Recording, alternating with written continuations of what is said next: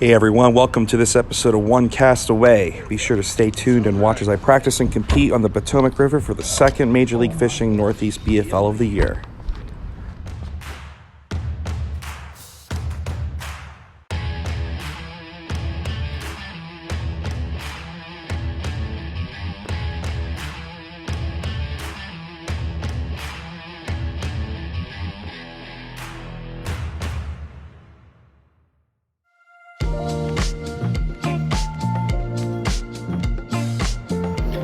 Good morning, everyone. Today is Thursday, June 9th. It is the weekend of the second Major League Fishing BFL of the year down on the Potomac River. So we have a 200-mile drive ahead of us, getting down there tomorrow on Friday with one practice day. But first, we got to go pick up my boat, which is in the shop. Now, you might be asking, Anthony, why do you only get 1 day of practice this weekend? Why is your boat in the shop? Why are you driving in an F450 diesel that gets 8 miles per gallon? We're going to talk about my trials these past few weeks and a whole lot more, and get in some fishing on this episode of One Cast Away. So stay tuned. You're not going to want to miss it. Alrighty, guys. Well, I'm picking up the boat. Finally, after my last mechanical mishap, my rear axle got damaged again and needed completely replaced. So I ended up doing that, as well as a complete overhaul. Got new axles, new bearings, new hubs, new seals. So after about 2 weeks of downtime and $1,300 later, I'm finally ready to get back out there. So let's get this thing down to the Potomac River, see if we can't catch us some fish.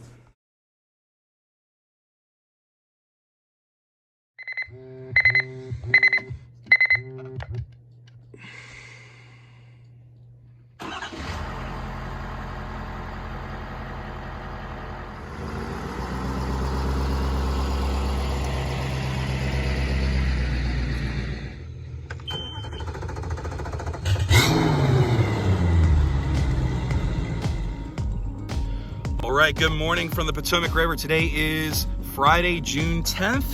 Water temperatures are 80 degrees right now. That means it's going to be a summertime post-spawn bite out here on the Potomac.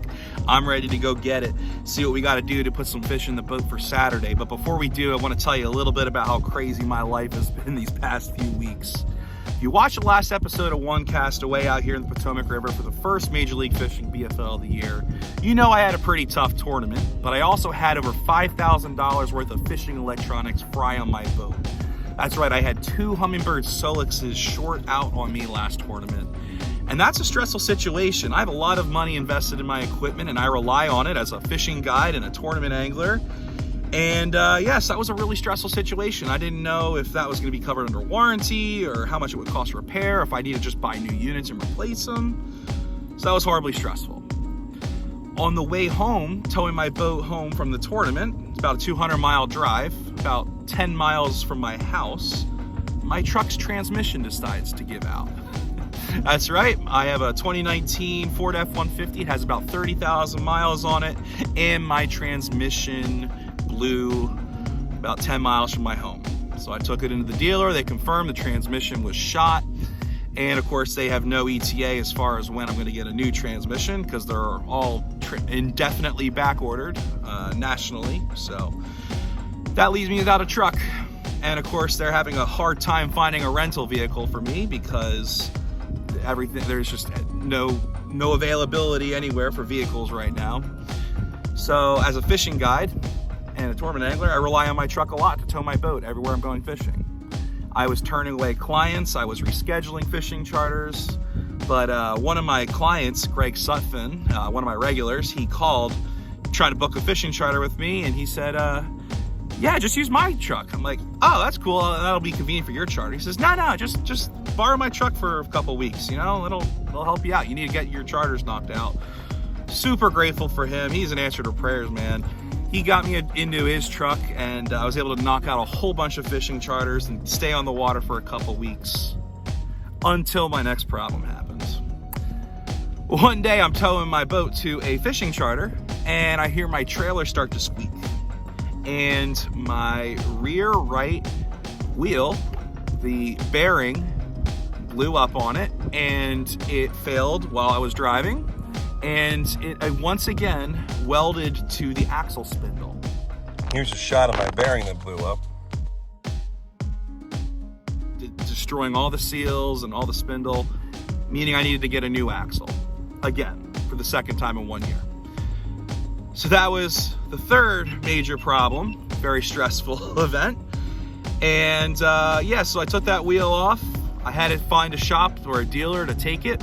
And every dealer and shop I called said it's probably gonna be 3 to 5 weeks before they can even look at it, let alone order parts for it. So that was incredibly stressful, as again, a fishing guide who's on the water 3 to 5 times, if not more, per week. So shout out to my buddy, John Rarig, who hooked me up with his local handyman, who managed to see me right away. And he still told me, hey, it's probably gonna be 3 to 6 weeks before we can get parts in to fix this thing. But it's probably gonna be sooner than any dealer would be able to see you. So I go ahead and limp this boat trailer up on 3 wheels. And of course, the other wheel on the other side, the bearing fails on the drive up as well.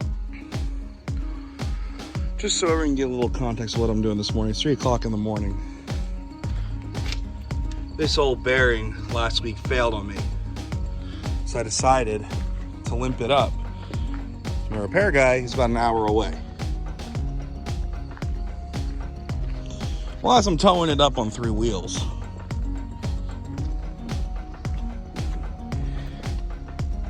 yeah, bearing number 3 to fail, 2 in 1 week. Awesome. It's adding to an already stressful situation. Meaning I towed this boat up on 2 wheels on an axle rated for 3,500 pounds when this boat's well over 5,000 pounds. Somehow made it up there, dropped it off, and yeah, just let it sit in the shop. So with no boat and no truck, I actually wasn't even planning on fishing the next BFL. I missed my last tournament on June 4th at the Chesapeake Bay. That is what it is, I can't really control that.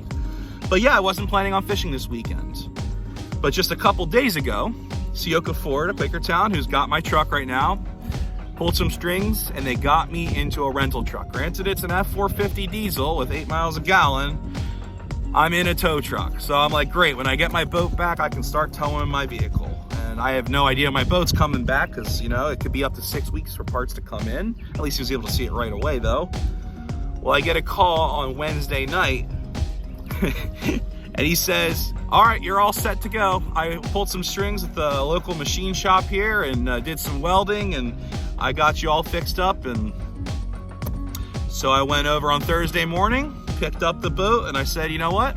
I was praying, Lord, if you want me to be fishing this weekend, because I was hoping so, I'm gonna need a boat and a truck to do so. And here I go. I have a boat and a truck all of a sudden, and I decided to jump in. So here we are fishing this weekend. Huge shout out to everyone who's been supporting me and really pulling some strings for me and helping me out getting on the water.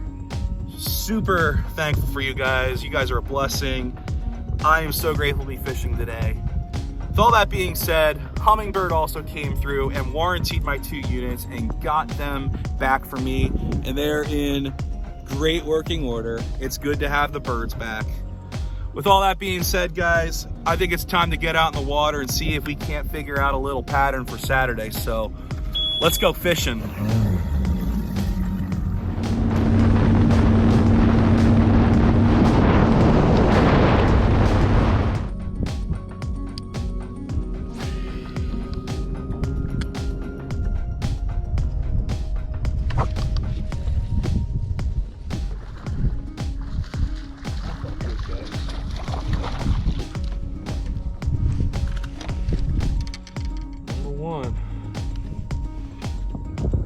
Alrighty guys, this is fish number 1 on the Potomac River. You can see this is a post-spawn bass if I've ever seen one.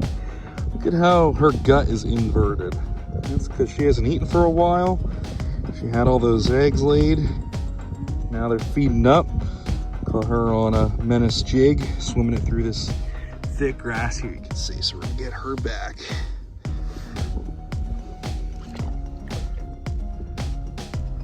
Alright, let's get some.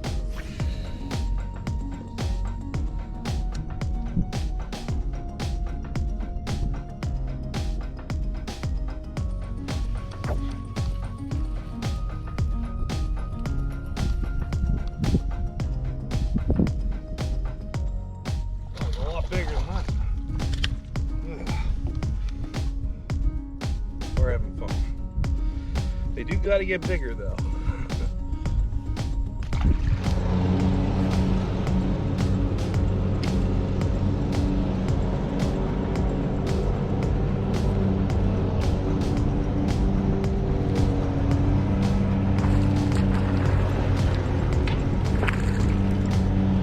Go. Oh, choked. Think you wanted that?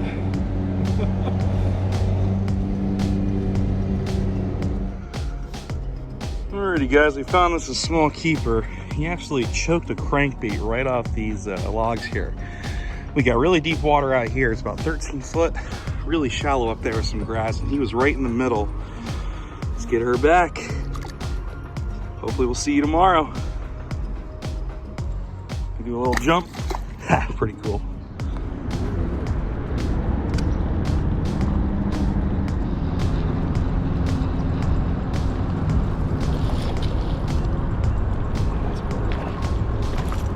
Oh, there we go. There we go. A little more like it. Alrighty guys, that's the size we're looking for. Get her back in. Please come back to play tomorrow.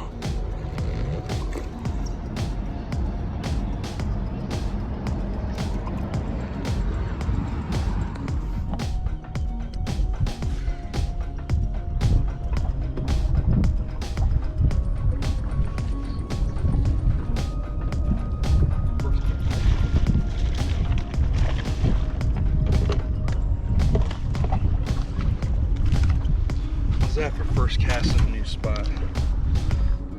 Gotta find the size though.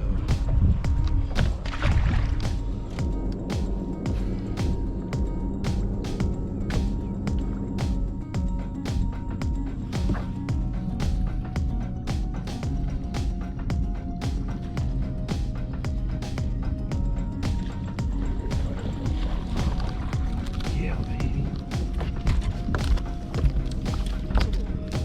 All right. Here we go, another one of the right size.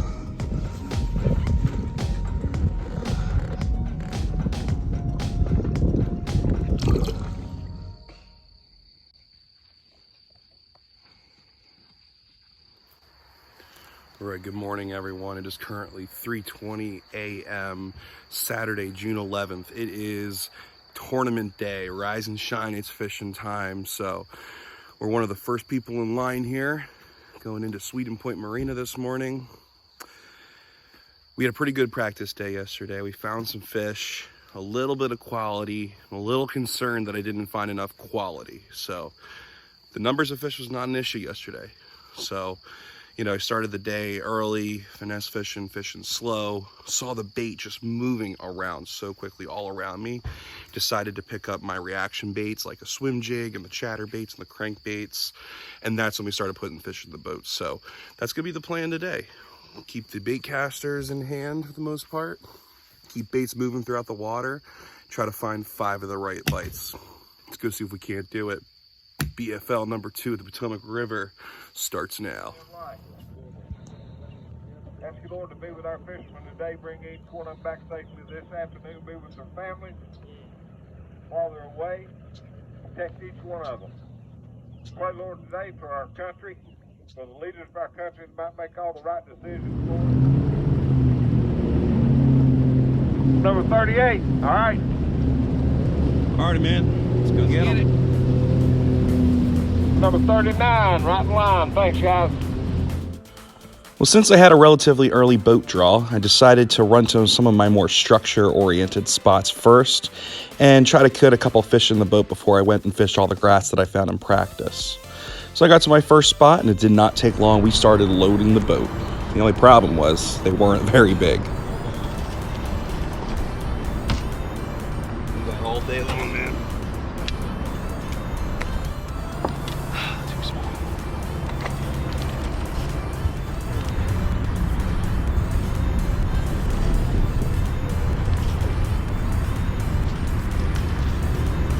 Doubling up.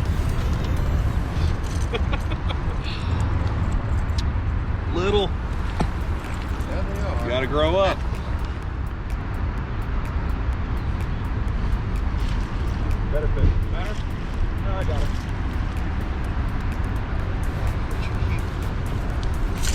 She's gonna be close, really close. Probably short.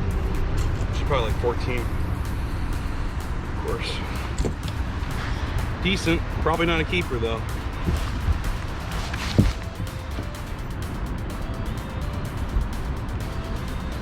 Got a fish. No, never mind. You said never mind? Never mind. He might keep actually. That might be number one, guys. Number one, let's find out.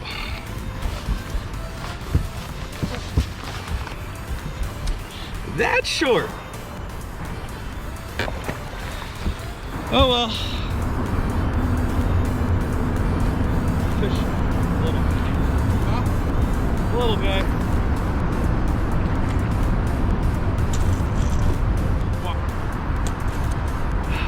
Nah, that's close.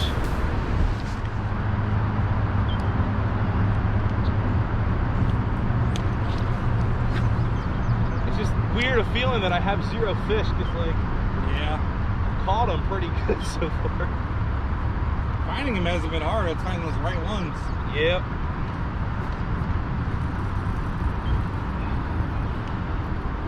Got one? That's a keeper. That's a keeper. It better be a keeper. That ought to be number one. Just gonna double check real quick.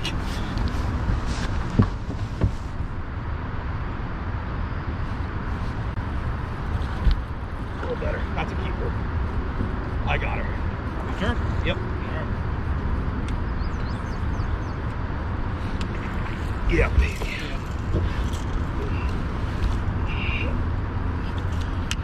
That ought to be number two. Should be. Let's see. Well, on my way out back to the mouth of the Potomac River to fish some of the grass that I found in practice, my co-angler threw a Ned rig on some of these pilings that I was fishing yesterday with a crankbait, and he loaded the boat really quickly. He put 3 quality keepers in the boat in the matter of 10 minutes. So I kind of changed my game plan a little bit. I picked the spinning rod back up, and I tried to replicate what he was doing.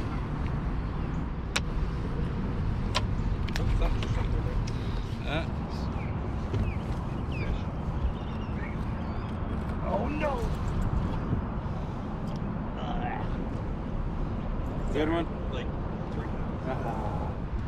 Well, at this point of the day, I had 2 fish for about 3.5 pounds, and I decided to spend a couple hours out in the grass that I found yesterday, but I just could not get bit, and no one around me was catching fish either, so I decided to scratch my plan and come back finesse fishing, just doing what my co-angler was doing to load the boat again.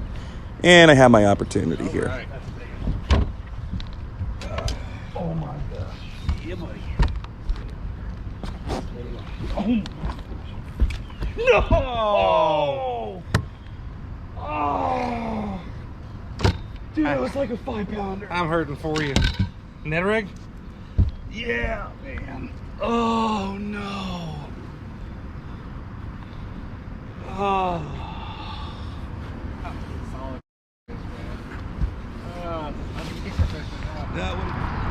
Well, after that heartbreak, I decided just to stay up here in this area that we found this morning where we were catching our fish, deciding that'd be our best chance to put some more keepers in the boat.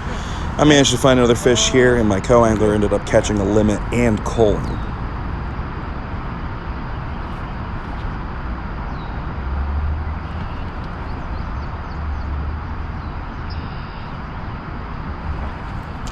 That's number 3. I didn't realize he's that big. Oh my gosh, how'd I known that? Yeah. I relaxed since I saw him jump in. I'm like, yeah. I'm like, nah, we good. All right, all right. We'll take it for number 3. Well, after watching my co-angler catch 6 or 7 keepers for over 14 pounds on the back of the boat in the spots that I was power fishing, I decided I'd end my day finesse fishing as well, but I just was not having his luck. As you can see, all these missed fish are making me go a little crazy I here. don't even care anymore. Oh, man. All you can do is laugh. That would be cool. I didn't realize I had a fish until it was like 10 feet to my left.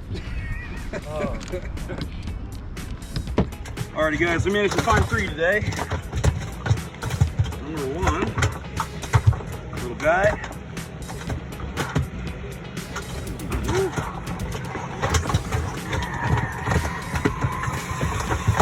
There we go, a little bit better. Not bad. And another little guy. 3 fish, we're grateful to have them. Let's see what they weigh. Santiago, Clarkstown, PA. Fish from the motor side, 3 bass today for Anthony. How's it going today, Bo? Not too bad. Fishing pretty good? Yeah, it's been all right. It's been a little tough, a little funky out there, but glad to get what we did. Caught about 25 fish today, lots of 14 and 17. Yep. All right. Let's see what you got. You got 3 bass today. It's going to weigh 5 pounds, 15 ounces, 5.15. Thanks, sir. Thank you. Appreciate you being here. Well, looking back on this event, I think I was a little slow adapting to a finesse fishing bite instead of a power fishing bite that I found in practice. But I'm pretty grateful for what I found here. I'm just grateful to be fishing, ending up in 76th place with 5 pounds and 15 ounces. But most importantly, that moves us to 57th place in Angler of the Year points. Again, we got to be in that top 45 to qualify for the regional championship, so we made up some ground today. Well, huge congratulations to my co-angler Josh Escobar, who got his first top 10 in Major League Fishing today. He had 5 fish for 14 pounds, 3 ounces. So way to go, man, on figuring out that bite today.